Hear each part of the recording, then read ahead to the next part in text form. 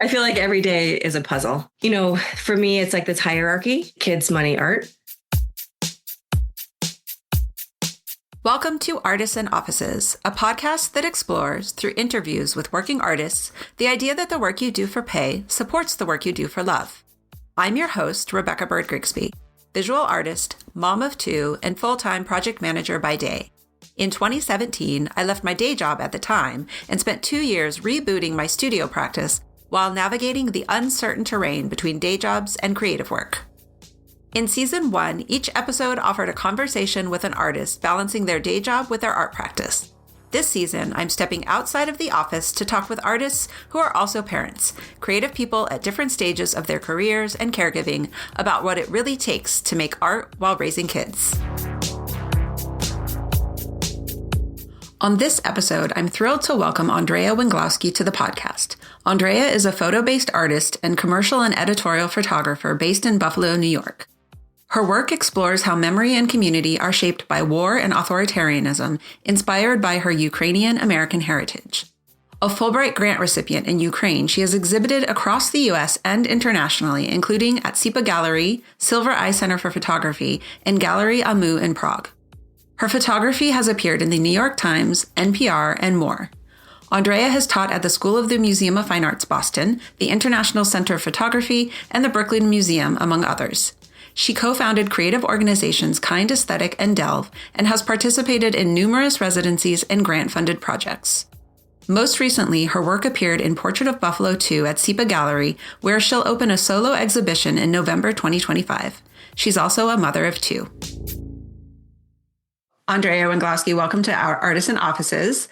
I wanted to start by kind of touching on your work with Creative Mornings Buffalo, and we'll sort of bounce around a bit chronologically. I know you've worked as an event organizer with them, and you also have this lovely talk about serendipity and intention on YouTube that I recommend everybody watch. I'll link to it in the show notes. But one of the prompts in your bio, one of the questions in your bio for Creative Mornings was, if you had 5 minutes to teach someone something new, you would teach them how to say belly button in Ukrainian, in addition to how to find good lighting in any room, because I'm assuming it wouldn't take 5 minutes to teach someone to say how to say belly button. But for the purposes of this interview, I'm just curious, why belly button? What we say is it's a very silly word, and it I think creates joy. So, and the word is poop check. Okay. Well, there you go. Poop check. And now I know. So speaking of Creative Mornings, like I said, I already mentioned your talk about serendipity and intention in Buffalo. I think it looked like that was recorded about 8 years ago. But before we get to that time, I wanted to back up a bit, obviously. So we met as grad students at the School of the Museum of Fine Arts in Boston in 2005. I think you were a year ahead of me. From there, I understand you moved to Brooklyn. I know you're from New York originally. And in Brooklyn, I believe you co-founded Kind Aesthetic and Delve with artist and fellow alumna Sarah Jones. Can you just talk more about that time and the transition from grad school to post-grad school? We'll talk about your Fulbright scholarship later, but yeah, just I guess kind of those years between grad school and the first few years. Yeah. So when I left museum school, when I left Boston, I moved to New York with a job. I actually worked at UBS Financial Services, which is a little bit out of left field, but they have a huge contemporary art collection. So the headquarters, it was a wealth management firm. So people are managing billions of dollars. It was right across the street from Radio City. Their head branch in New York, they were having a lot of clients come to their building, and there was actually a private gallery space on the floor where you would go and have meetings, where there was like amazing work hung up, like contemporary artwork from like Rauschenberg to Jasper Johns to Cindy Sherman's. Like, it was just amazing. And it was behind closed doors. So the head of that firm wanted to like have a nice person there who knew about art to talk to the clients that came in. And no one had ever done that role before. And they would go down on UBS was a big, probably still is, I'm not sure, a big sponsor of Art Basel and Art Basel Miami. So there was like this connection to art. So that's what I did. It was actually a connection through graduate school. So it was a bit of a like a whole new world for me. Like I had not ever experienced the art world at that level and in that format before. Like kind of just, it was kind of about money and collecting and this very, very high level, very separated from the artists themselves. So that's what I would do is that people would come to the office and I would greet them and give them on tours. I would take them to MoMA. I would meet them at Art Basel and tour them around. And that was part of the time. The rest of the time I was doing kind of other cultural stuff for the branch for the office, and people would just call me the art lady, and I would get they had a BlackBerry because this was that time, and they would call me over and say, "Hey, is this a real Andy Warhol?" And I'd be like, "Yeah, it is," and then they'd be like, "But it says it's number 38 out of 52 or whatever the edition was." I'm like, and then I'd explain an edition, and so there was a lot happening at that point. And then 2008 happened, and I was assuming that I was going to be laid off since I wasn't like a major player. But I stuck around because, I kind of built relationships with clients so they would come in. But it was really hard. It was hard to be there, and it was hard to be there as an artist. So I promptly went into the nonprofit sector and got a job as the first ever business manager for a storefront for art and architecture. It's a gallery in New York. It's shaped like a triangle or a pizza slice, as people like to say. And it was started by architect Stephen Hall and artist Vito Acconci. And when I had started there, they had been around for at least 25 years, kind of like just really showing work at the intersection of art and architecture. And it was really cool, great staff. And so as a business manager, I guess I've always been an organized artist. So I understood the mission of the space. I could understand the culture of the place, but then was also learning how to do audits for a nonprofit and prepare for board meetings and do budgets. So it was like a super wonderful kind of crash course into arts admin. And then from there, I went on my Fulbright, and when I came back is when I started the business with Sarah. Oh, okay. So just pausing there for a second, you said it was hard to be or that it was hard. Was it hard to be there as a sort of practicing artist yourself? Can you talk more about that time, or was it the time period? I mean, you said 2008. That was the Great Recession. Sounds like your role survived, but yeah, can you talk a little bit more about that? Yeah, I think it was just a very scary time. I think we were just to be kind of part of this like little pocket of the financial world while everything was kind of crumbling. Like everyone around me was very stressed. And I think that it was interesting. I mean, I think that I really learned a lot about how people view the art world from that perspective when I was there, and had a lot of really interesting and weird experiences that I never would have had otherwise. But, and I think at that point, right after graduate school, I remember even saying this, that I needed to break up with grad school mentally because, as an artist, I was kind of like always second guessing myself and not like following my instincts and what to make. Cause I was such an intense process. But during that time, actually, Sarah Jones and I and Leah Gauthier, we were actually doing these projects on the side, like at night. Sarah and I organized 2 years of a curatorial effort called Windows Brooklyn. And there was all these amazing shops and storefronts, like just really cool streets. And so we said, what if we curated contemporary artists in those spaces? So we did that, and like everyone said yes. And we got all these amazing artists came in, like it was just a really, really cool thing. It was just like a free opportunity for all of them. I think we charged $5 for like making postcards and for an admission, just to submit to the show. So we did that 2 years in a row, and it was really, really, really fun. And it was really crazy and a lot of work since we were both working full time. And then Leah and Sarah and I also curated some online shows just to kind of bring together artists and put work together in a way, just to do something and be part of the art world, just stay connected, even though we were all like working full-time jobs. Yeah, it's so interesting that you did those kinds of things, which I think have become more popular since the pandemic. But like years before, we were sort of forced to, see art behind glass and do things online. So yeah, really interesting. So in 2011, you were awarded a Fulbright scholarship. You spent a year in Ukraine researching the contemporary art scene. We could, and I guess we're just going to get to the heavy stuff right away, but we could do an entire interview about, just this experience and the creative work that came out of it. But in the context of this season of Parent Artists, I'm curious about that experience from, a daughter's perspective, you being a daughter of immigrant parents, and how you think that story that only you can tell. That's one thing I really loved about your talk with Creative Mornings Buffalo, is that you realize, you kind of talk about realizing that this was a story that only you could tell. But like now that you're a mother yourself, I guess like reflecting back on that, I think if you know, kind of understanding the general chronology of your life, I think you had one kid at the time. I think you were a relatively new mother when you did the talk Right. for Creative Mornings Buffalo. But yeah, so I guess just you know, talking about that experience from a mother's perspective. And Yeah. how you think about that story, you know, that only you can tell, and how you think about your kids as part of that ongoing story. Yeah. Well, I was the first person in my family to go to Ukraine. So my grandmother, well, both of my parents were born in Ukraine, and they met at George Washington University in college, and I think at like a Ukrainian club, like a dance or something. And so they connected that way. But when my mother's family came over, they were literally escaped during the war. And so I think my grandmother, who was a real big inspiration in all of our lives, because she just kind of rose, and kind of battled all these things that happened to her. But she went back, I think, during the Soviet Union once or twice. No one wanted to go back. There wasn't a reason for them to. But it was really kind of, I just was really drawn to it of just wanting to understand like what it looked like there and what it felt like. And did it feel like this like Ukrainian culture that I grew up in, like really immersed in Rochester, New York, like going to church and Saturday school and dancing. And, I was a regular American kid, but it was like other people from diasporas, like it was very immersive. And, there's a lot of visual aspect that comes along with that. So it felt important for me to do since I had this opportunity.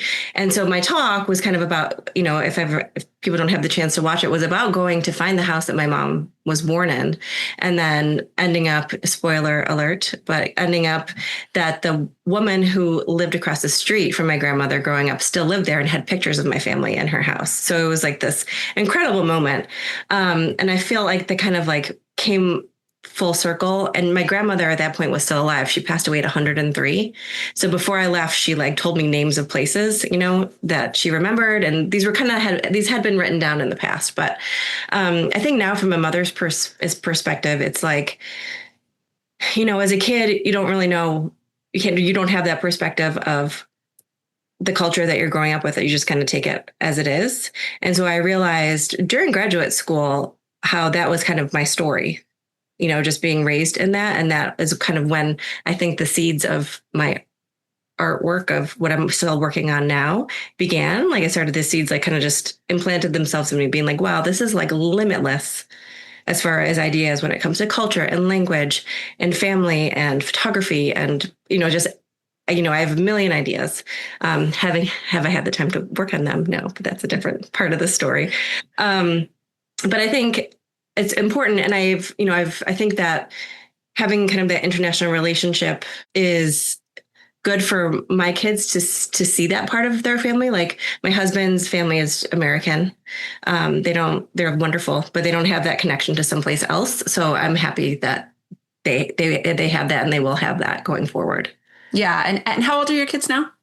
10 and 5. Okay. Yeah. And so is this something that I would imagine, I mean, they're kind of at an age where I'm sure they're like, are you doing some of the same things with them that you did as a kid? Yeah, definitely not as much. There are options here in Buffalo. There's a big Ukrainian community. So, with my mom around, there's still lots of like food traditions and holiday traditions. And we do some Ukrainian at home, but they're not doing the same activities as I did, just because my daughter has tried them and just hasn't felt a connection to them. I'm not going to force her to go. Yeah. So, and then, I feel like we can't talk about kind of your, as a Ukrainian American interested in kind of exploring and preserving Ukrainian culture through your work, through your art, how the last, 2.5 years have affected you and your work with the war there. Again, we could talk for the rest of the hour about just this, but yeah, what has this time been like for you? Well, an artist I know here, a videographer, was doing interviews with Ukrainian Americans recently. And so she called it living war adjacent, which I found to be very effective, because you're witnessing it through stories, through friends, through social media, through the news, and it's incredible. You feel so helpless and powerless, right? Because you're not, how do you help besides, we're raising money, creating awareness.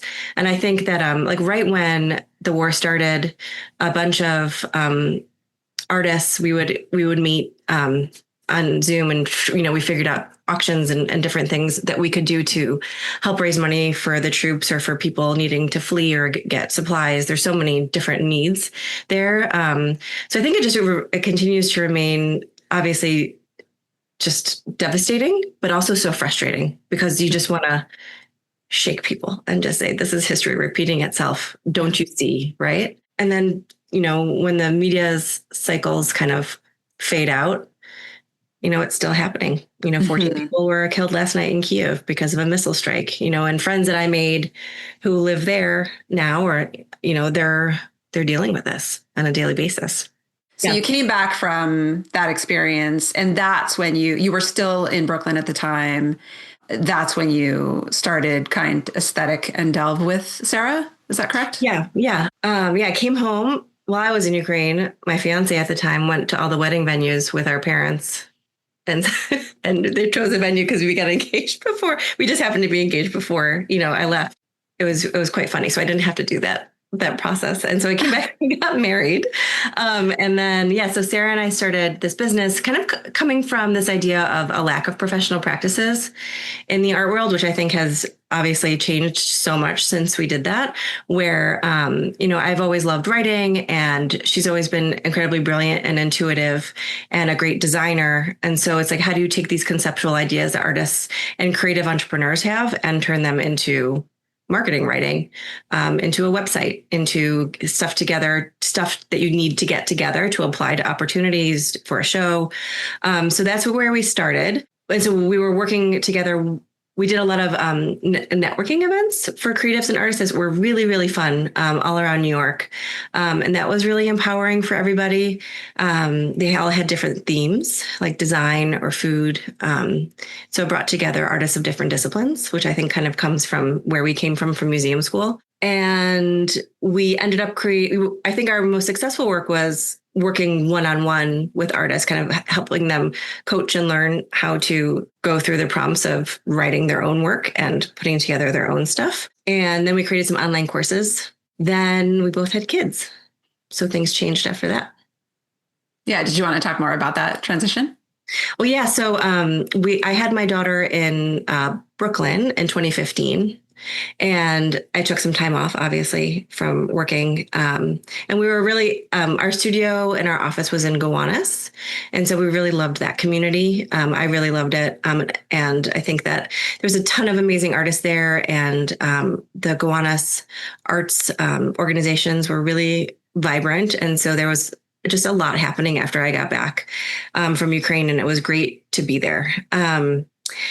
And then we had this baby, and it was all great. And then my husband came across a job opportunity for himself in Buffalo. And that is where my mom and my grandmother moved to after my father passed away in 2000. So that had been home base, but I didn't really know the city because my two older sisters went to University of Buffalo and just stayed and started to have their families. And so I was out in the world doing my things. And so we would come, Buffalo was where we would come for holidays and visits and dance recitals for my nieces and nephews and everything. So yeah, my husband got the job. He secretly interviewed because we didn't want to drag them through the whole waiting game of everything. So I guess thinking about having a baby in a big city like that and then having the baby was a lot different. So it was very bittersweet because we loved our lives there and our friends and the culture and community. But I'm really happy that we moved here to be near my family and have that stability because it has been a great gift for my kids to grow up with their cousins and their grandmother. So it's been wonderful. Yeah, definitely. I can only imagine the trade-off being, a net positive to go where you have family and have a support structure. And I would imagine too ties into the cultural, kind of that, wanting them to learn about their Ukrainian culture, right? It's easier when you have family nearby that can help in that kind of education. And it seems like Buffalo has a lot of cool creative stuff going on, maybe, obviously on a smaller scale, but how did you get involved with Creative Mornings? Well, I went to New York a bunch of times. And then when I moved here, there was a table at some sort of like farmer's market or something. That's how things roll around here. And I was like, oh my goodness, Creative Mornings is here. And so I met with them to see what kind of volunteering. And then they said, well, let's just, do this thing. I wasn't there for every single event, but I photographed a lot of them and I photographed a lot of the speakers because everything for Creative Mornings was volunteer driven. So there was no exchange of money for speakers, for anything. It was just they call it the engine of generosity, which I really loved because it really kind of broke down a lot of barriers. And the Buffalo creative community is really phenomenal. And it ended up that it was kind of right before COVID, but everyone wanted to do more things outside of those mornings because with Creative Mornings, you really have to do it on a Friday morning. That's one of the rules of it. But right, that's like the structure, right? It's the structure, but it didn't serve like the rest of Buffalo's population. So we wanted to expand it. So long story short, I kind of was part of the transition into becoming a nonprofit. And so they ended up leaving the Creative Mornings Consortium to kind of create their own creative nonprofit here in Buffalo. It's called Wonder Brink now. I stepped away last year just because I have a ton of art things going on. And I think that it's a really vibrant, wonderful community. And it's really cool to now be on the periphery and just see all this great stuff happening. Yeah. So was that still a volunteer kind of once they broke away from Creative Morning? So you were still doing that in a volunteer capacity. Yeah. I feel like that was like my hobby, Yeah, totally. Well, let's talk a little bit about work, like both your creative work and your, the work that you do for pay, right? So I think of all the artists I've spoken with, both last season and, everyone I plan to speak with for season 2, you're a bit unique. I was sort of trying to think if I have any other photographers in the mix, and that, both your commercial and personal work are photo based. Although, just looking at your work and acquainting myself with your work. Obviously, I was familiar with some of the work that you did as a grad student, and we've sort of followed each other since. But it does seem like there's a lot of synergy between like some of the commercial work you do and some of the personal work you do. But that said, I'm curious if you can talk a little bit about kind of how you navigate that as someone who, like my day job is completely separate from my creative work. Although I'm sure there are skills that, cross over. So how do you navigate that and kind of find either like balance between the two? Like, we talk a lot about in kind of like the non-art world, I guess, about like work-life balance, work-life integration, especially post-pandemic with people working from home and, working on Zoom. But I'm curious, as a photographer, with your kind of the way that you're working being similar, how do you navigate those two, especially, as your family has grown over the years and as you have less time probably for either kind of bucket of work? Right. Yeah, I think that it's that age-old thing where if I feel like I have 3 pockets of my life, right? Like that are my jobs. And that is being a mom, being a commercial editorial photographer, and being an artist. And so it's inevitable that if I'm putting a lot more energy into one, then the balance is out of balance, right? And so I think that since the pandemic and since having my second kid, I have let go of trying to do them all at once. Everything is kind of just these long, slow burns.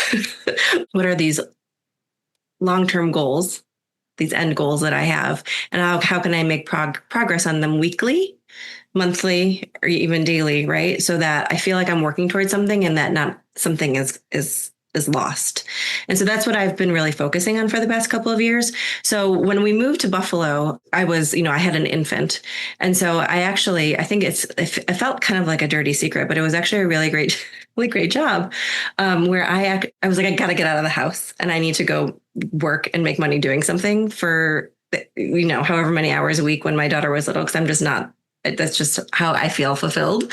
And so I actually got a job photographing newborns at our local hospital because I had a not great experience in Brooklyn. And I was like, what if I could make this experience so amazing? It would have been so amazing to have beautiful pictures of her, like when she was born, right? And I don't have that. Like I didn't. So that kind of created this like new tenderness in me about photographing families and photographing kids that I did not have before. So that job was great. I mean, I could make my own schedule in a way.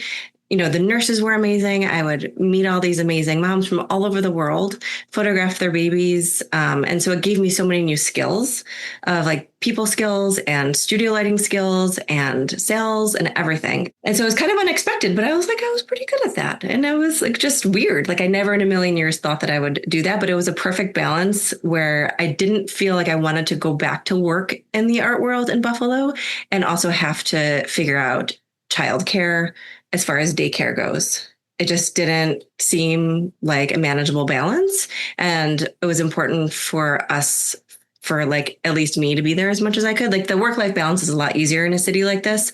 Like my husband's not getting home. He's able to work from home a few days a week. So we feel incredibly fortunate for that. Like we're in our kids' lives all the time. And so it was a long road to have Theo, my 5-year-old. It was a lot of pain and hardship. So I feel like between 2015 and 2020 I was working on stuff. I was photographing. I was working on different projects here and there, but I was focused on like putting in my effort into a family and just kind of stabilizing and wondering about how to create a family.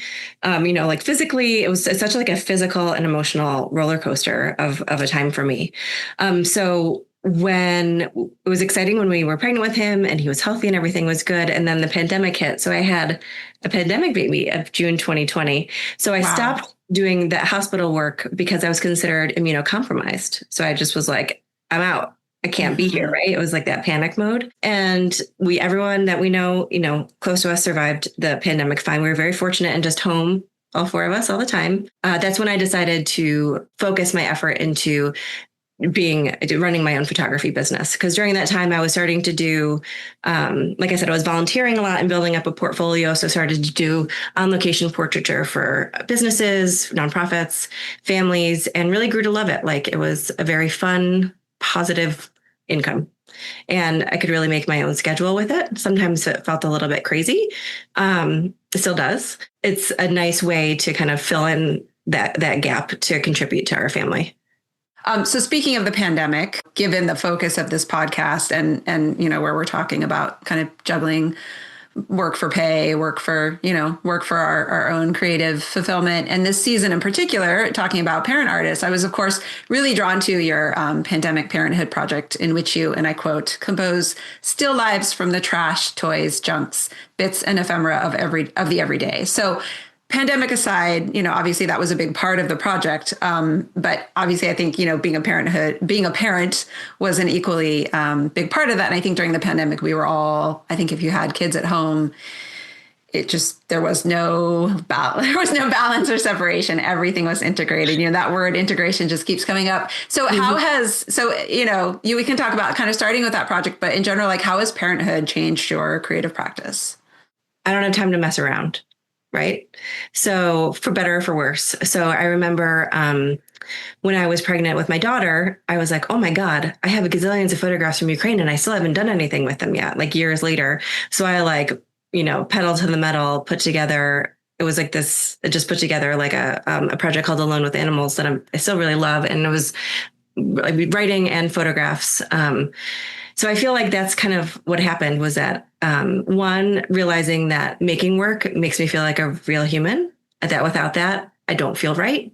And so during the pandemic, once everything was stabilized and we weren't, in as much of a panic mode, I was like, I need to find resources for myself so that I can make work within a community. So I took a few workshops through Silver Eye in Pittsburgh, which was really like working with these incredible artists online. And it would just give me little assignments where I could focus on that and just think about that maybe while I was, parenting and doing homeschooling and worrying. Right. Mm-hmm. I think, yeah. So that was great where I would say, okay, I'm going into my workshop now. So I need these 2 hours free and no one can come into this room. Right. So my husband would have to hold guard outside with little ones. They always want to find their mom, like, where is she? Where is she hiding out?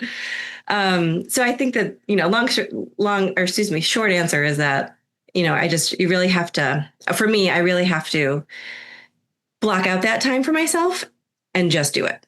Yeah. And just having a structure like that help, like having a workshop.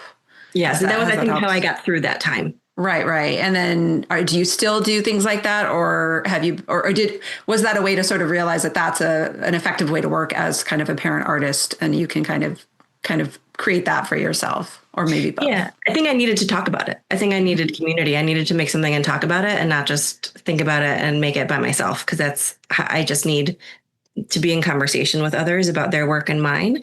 So I think that that's what I realized from it. And so then once we all kind of got back to normal, and my daughter went back to school, and I knew my son, they go to a Montessori program, a public Montessori school here in Buffalo, where they start at 3. So I knew that by the time he was 3 that fall, I would have at least the days back to build my business and maybe do some artwork. But it was really focused on building my business as well. That came first. Yeah. So you talked earlier about having these kind of like 3 kind of pockets of work, or the way that, or 3 kind of buckets of things that you do.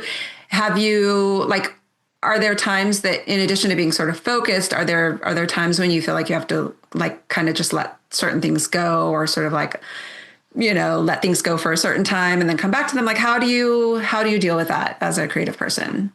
Every single day. I feel like every day is a puzzle.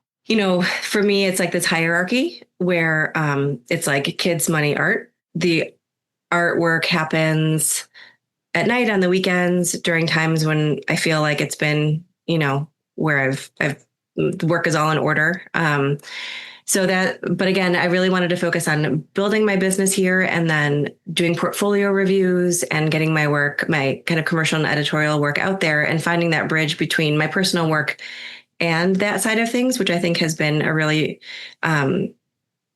gratifying move for the past couple of years, where my work about Ukraine has, kind of finding bigger venues. And what I learned in that process of doing portfolio reviews in that context, not as an artist, but as an editorial and commercial photographer, is that it's the same thing they teach you in graduate school. Like, what is it that you want to make, right? What is the thing that drives you? Because that's the thing that you will make the best and the truest, right? So what are those ideas? And so kind of going back to that intuition of like, oh my God, I had this idea, just try it and do it, because nothing's stopping you from that, right? And it kind of took a while to get back to that again. So there is an overlap, obviously, between my work for pay and my artwork. Yeah, it sounds like you're at a place right now where you get, even if it's, you're doing paid work, commercial work that isn't part of your sort of creative portfolio, that there is creative fulfillment within that work that you're doing, or maybe not, or like maybe not creative fulfillment, but it sounds like you've been able to sort of align your paid work with kind of what is fulfilling to you. Am I right? No, you're right. I would say that obviously I have to be more of a generalist here in Buffalo. So I am sometimes photographing events, right? So it's event photography. It's not the most creative thing, but I'm doing it for organizations and places that mean a lot to me. So I feel that joy. And so I think for me, that connection with others and photographing them is what fulfills me. Because I've learned over the years that, like, one of the things that I do when I'm photographing is that my subjects feel comfortable and it's fun and it's exciting, and you kind of forget that I'm holding a camera after time. And I'm just really interested in how far I can even push that, like, as I go further, as I've kind of developed these interpersonal skills. Maybe I've always had them, but like using them specifically for this part of a business. And sometimes I'm just doing, a headshot. And, it's still emotional, because you want your client to like it and for it to feel like them, and not look like everybody else's. So I think that there's a great deal of emotion in everything I'm doing, because I'm working with other human beings all the time.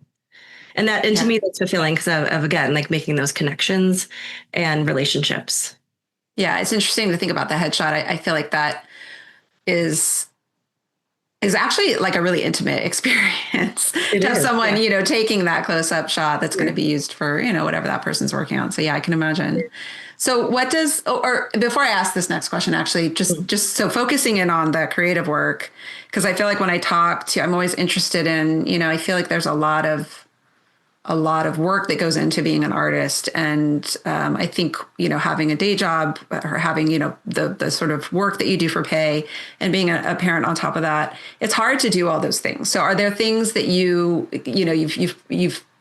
clearly you're prioritizing kind of what you're working on in general, but when you get to the creative work, when you get to that part of your hierarchy, are there things within there that you've had to let go that are like less important or more important to you, as you've had to kind of focus in, with one and now two kids?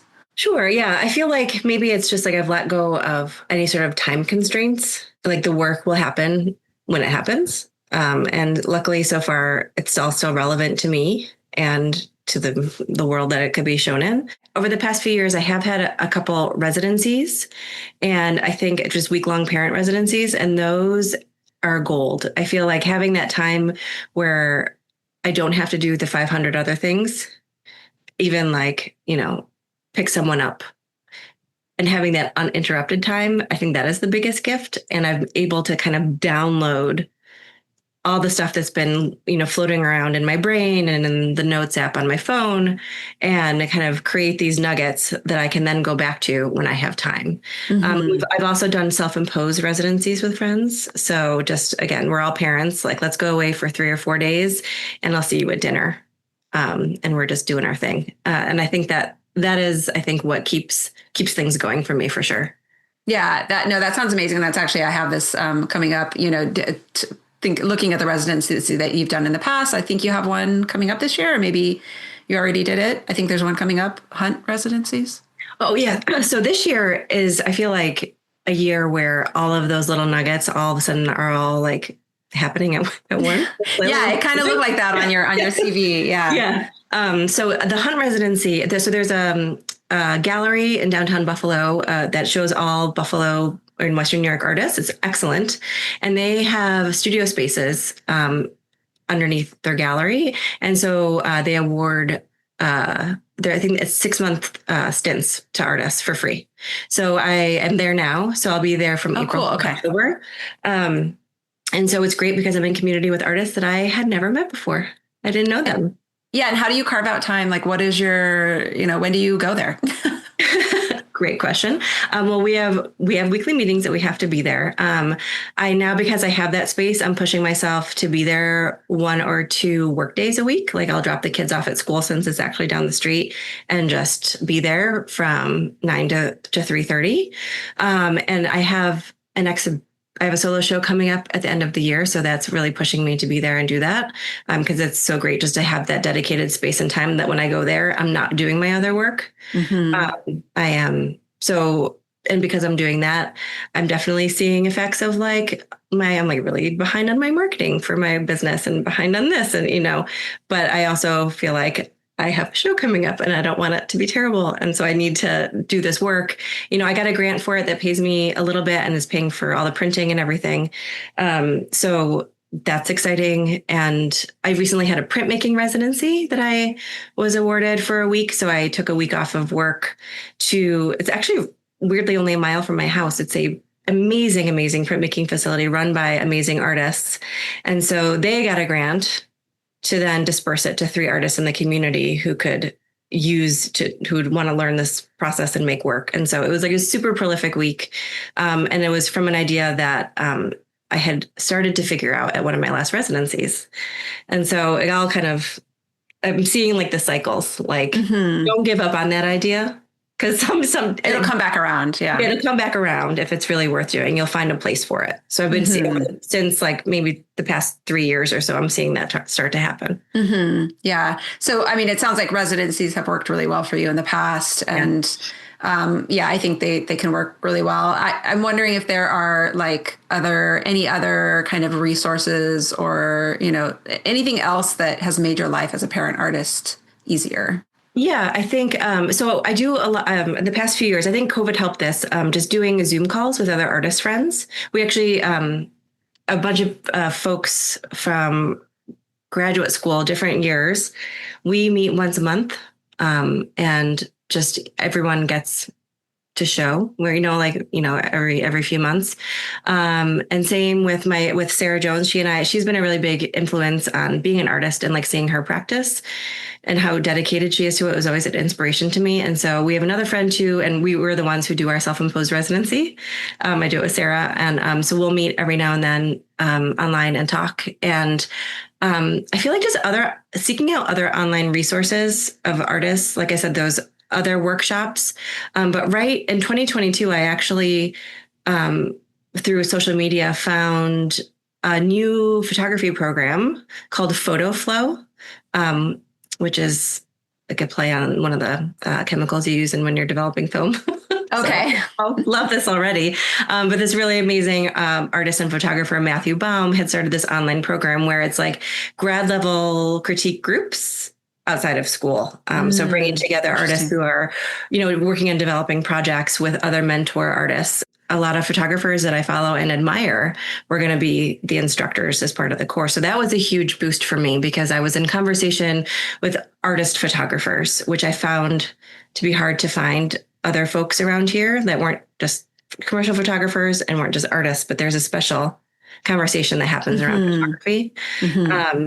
So that was also really helpful. So again, kind of coming back to like talking about it and saying and just showing it, no matter what stage the work is in, just I think is incredibly helpful, because it keeps the pin in it instead of me just forgetting about it. Yeah, totally. So, and it sounds like you've kind of come back to a place where, you mentioned early on in our conversation having to sort of break up with grad school. But now, it seems like you've come back to a place where you're maybe kind of reincorporating into your life and your kind of practice as an artist, different components, like things that were helpful for you. But so thinking back to kind of your formal training as an artist, was there any part of your education or experience, or, you've mentioned Sarah being sort of an influence in your, as an artist that kind of prepared you for being a parent artist? And sort of that juggling our creative work, our paid work with, family life. Well, I think, like listening back to your season 1, I feel like a lot of us went to grad school thinking that we were going to teach. And so I feel like I wasn't really getting any context of being a parent artist there, because all of our if our professors had children, then they were teaching. And so that adds like that level of stability that, I haven't, encountered yet. But I think that I learned that, again, just to have your own story and follow that, like that gut feeling about making that work, which can be really easy to lose as a parent. I think that there's times where I've spent a really long time not, when my kids were my daughter was super, super little, like not able to get there, right? Really feeling stagnant in that department because everything else was just so overwhelming. But to have faith that it would come back, right? And just to be able to have those conversations and go back to that community and say, hey, I'm ready now. Like, when I was going to graduate school, I also had gotten into mass art for photography. And so it was a really hard decision. But I think that I was really drawn to the interdisciplinary aspect of it. So being able to kind of think about crossing mediums, even though I keep coming back to photography, photo-based work, I think that has opened up a lot of kind of conceptual doors, and knowing that there's no possible way you can just do everything by yourself, so either outsourcing things or asking for help, or I think I learned a lot of that too. Yeah, I wonder too that the agency and that the sort of interpersonal skills that you've talked about kind of along the way, but I feel like that's something that museum school did pretty well. I think it sort of forces you to have agency because there are all these kind of opportunities you can take advantage of. Not that Mass Art doesn't have that, but I remember when being in the area, and I applied to both schools, and I think I interviewed at Mass Art. I don't think I got in, but I don't know if you had an experience of this, of like Mass Art was like the work school, and museum school was where we like to talk a little bit more about the work that we're making. But I actually think, I don't know, I feel like those skills have really helped you along the way and informed your work. Yeah. And I feel like without those skills, a lot of what you're kind of talking about over the last, 45 minutes, I don't know that these were things, it doesn't strike me as like these things just sort of were presented to you. You've kind of had to go out there and seek these things out and kind of find what works for you. And Well, I always say, like, at museum school, when they're like, okay, what are you thinking about? And I was like, well, I just learned about the idea that like my grandmother and grandfather had to put all their stuff in a cart and like push it across Europe, right? And so the performance teacher is like, well, you got to go there and you got to push the cart. And then the film teacher is like, make a film, right? And so everyone is like trying to get you to be inspired in their expertise, right? And I'm like, I don't want to do any of that. But it makes you think, like, is that a possibility? It's part of that growth period, like what I'm actually capable and wanting to make and what I want the final output to be. So what does it, and there probably is no typical day, but what does a typical day look like for you now? Usually like to get up before everybody. And my goal is to like spend a little bit of time in the morning to myself if I don't need sleep. Sleep is number one priority. I think most parents can relate to that. And oftentimes with little kids, we're woken up a lot in the nighttime. We go through phases. So anyway, I'm usually up before everyone and I get things together. I make the lunches. I do whatever, try to exercise, have that little bit of time. And then once the kids are off to school, it's my work day. So whatever I deem that day to be, sometimes I have photo sessions, I'm editing photos, I'm doing my marketing days, I'm going to the studio. Every day is completely different. And then there's after school time. And sometimes I'm finishing up some like administrative work then. Like I have a Zoom today at 5 when the kids are home, and that's fine. And then there's dinner, and then there's after school activities. So if I have anything scheduled for that night, it's really up to me to figure out, who's with the kids, if my husband still has work or what's happening. Luckily, we have like a great community and I have my family around, so it's never super difficult. But there's a lot of pre-planning. The kids are at studio meetings with me sometimes just because it's the nature of our lives, and that's fine. And then there's the evening where the kids won't go to sleep, but it's part of the process. And then we start the day over again. Yeah, totally. How early do you have to wake up? Not early, which is part of the problem. They go to bed so late because other school doesn't start till 9. So they're not getting on the bus till late. Okay. So. But then, because I know like when my kids were 5 and 10, they still woke up pretty early. So if you're waking up before the family, like that's. Oh no, they're still they like to sleep in, but then they're up. Okay, that's great. But they're right, exactly. That's the trade-off. Yeah, then they're up later at night. Yeah, that's what I found as my kids have gotten older. Is it's great they sleep in, but they are tucking me into bed at night some nights because I'm like, I'm done. I need to go to bed. Absolutely. So the space that you're in now, is that kind of your home kind of studio setup or your kind of office studio? And it's like my office. Yeah. I have 2 kind of seasonal office spaces in the house, which is fine. It's like, I'm lucky to have space for sure. But when an artist lived in our house before we did, and he was an amazing painter and wood sculptor. There's a cool seasonal studio space, which is great for reading and kind of looking at work like laid out on the bench because there's really great light and where I kind of store everything. And when it gets really hot in the house, I will go there to do editing, but now I kind of reconfigured an attic space where we can have fans and stuff, and it's pretty comfortable, and it's at least I can't hear anything else going on that's in great. The house for some privacy sometimes. And the light is great, so clearly you know what you're talking about when you find the good lighting in the room. And like it sounds like you've been there for a while. It sounds like your first kid was pretty young, but like has having kids changed? I know for me, like I'm pretty settled in my space now, but I think I bounced around a lot as my kids were, as I had 1 kid and then 2, and as they got older. How has kind of having kids changed, like your kind of requirements for space and over the years? Well, it's never made sense for me to have a space, and I think that because I'm unable to work full time because of my schedule with them, that affording a space didn't really seem like an option. So I'm just making what we have work. So having this free studio space right now is a big gift because it truly is like a space where I can go and just focus on my project that I'm trying to get up for the fall. So I wonder how I'll feel once I have to give that up, and what'll happen there. You'll have to look for the next residency. Yeah, or just like maybe, maybe it's time. Maybe it's time to find a place out of the house. But I think that having it here, if I can stay focused, I think that's part of it. When you have a home space, is that you really have to let everything else go. Mm-hmm. Yeah, When and it's hard. Yeah, it's really, really hard. Yeah. Do you involve your kids in your creative practice? Yeah, I mean, you mentioned like sometimes they'll kind of tag along to, something that you need to go to.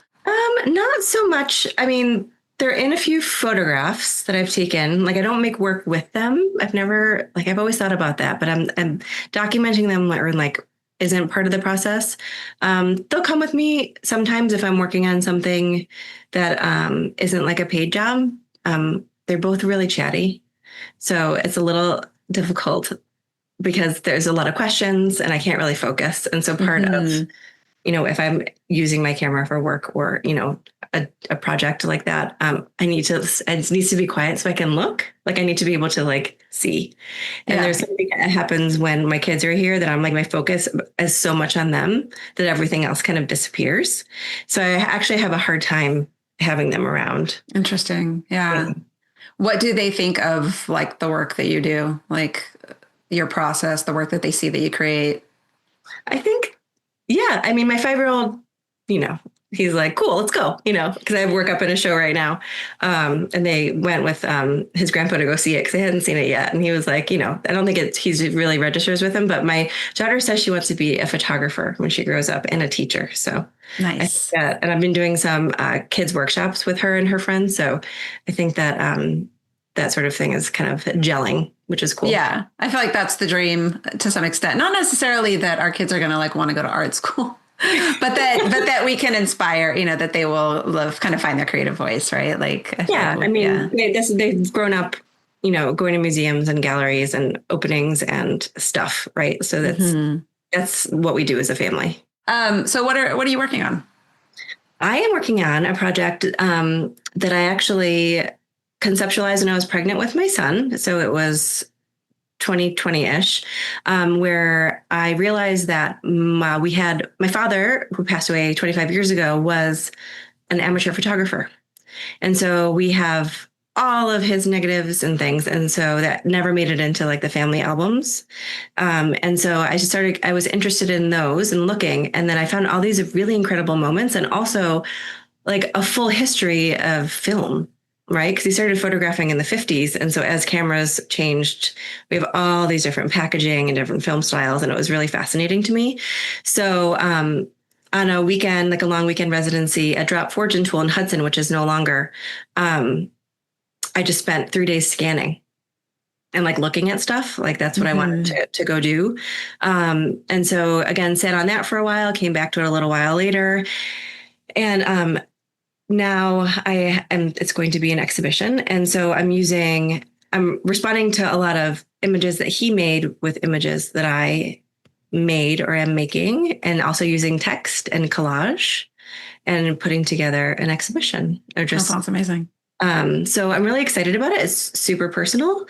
But I think everyone, when I have shown it and people have seen it, it's so personal that people can really connect to it. And so it's a little scary for me because it's, and I was actually really nervous for my family to see it. But in my last open studio, they thought it was great. And they just had a really good time looking at all these images. So it was. Yeah, I would imagine. Yeah. Yeah. You've talked a lot about like, I think it's so interesting just talking to you for this, not even quite hour yet, but of different like residencies or you'll sort of work on something and then you'll kind of sit with it for a while and then kind of come back to it. And I feel like there's that sort of long haul of it. I'm just wondering if that's something that you have intentionally kind of recognized and are sort of at peace with, or is that something that you've, has that grown over time and if there's anything, now, like if you could go back and tell yourself, 10 years ago, like hang in there, or, what would you like if you knew then what you know now, like what would you, obviously without, things like recessions and pandemics, but what would you as a parent artist, is there anything that you wish you had known or sort of held on to a little bit more in the early years?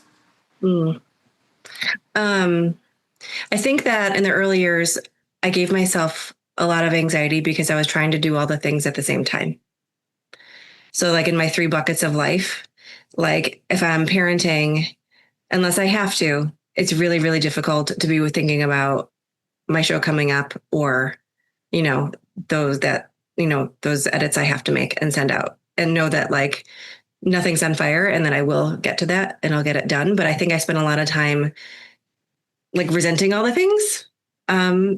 Which because I think it's also when you are with like a small infant and there's less stimulation as far as that goes. And just to honor the fact that like, if you are birthing your own children and going through all of that, it is an incredibly emotional and physical process, and to give myself space and time. I think I learned that better with my second, but with my first, I was always kind of just like, why can't I do more? And so I don't think any of like these long haul was intentional. I think it's just the way it has to be. And so things are moving a little bit faster this year, like as far as a bunch of exhibitions coming up. And so I feel the fire, but then I'm like, well, I have enough time to make it good, or it is just going to be what it's going to be, or good enough. So we'll see. I think that this will be an interesting year to see how far I can push it. And I think that I just need to think about things and observe things for a long time. I think that's just the kind of person that I am. And so after a while, I figure out what I can do with that idea, maybe. Yeah, definitely. Okay, so final question, going full circle back to that Creative Mornings talk. Mm-hmm. What is one big goal that you've yet to shout out loud? Oh, God. I haven't thought about that talk in a long time.